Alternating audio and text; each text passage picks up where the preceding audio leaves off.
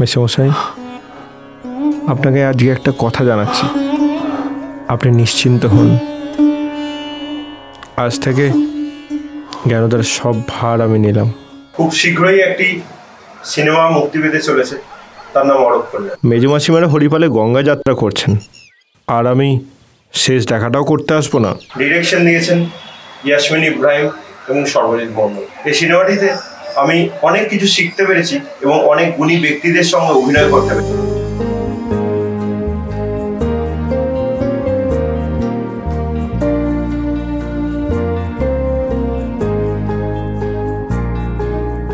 চোখের আলোয় দেখেছিলেন চোখের বাহিরে।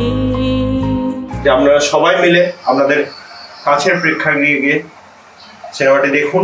আশা করি আপনাদের সবার এই সিনেমাটি ভালো লাগে।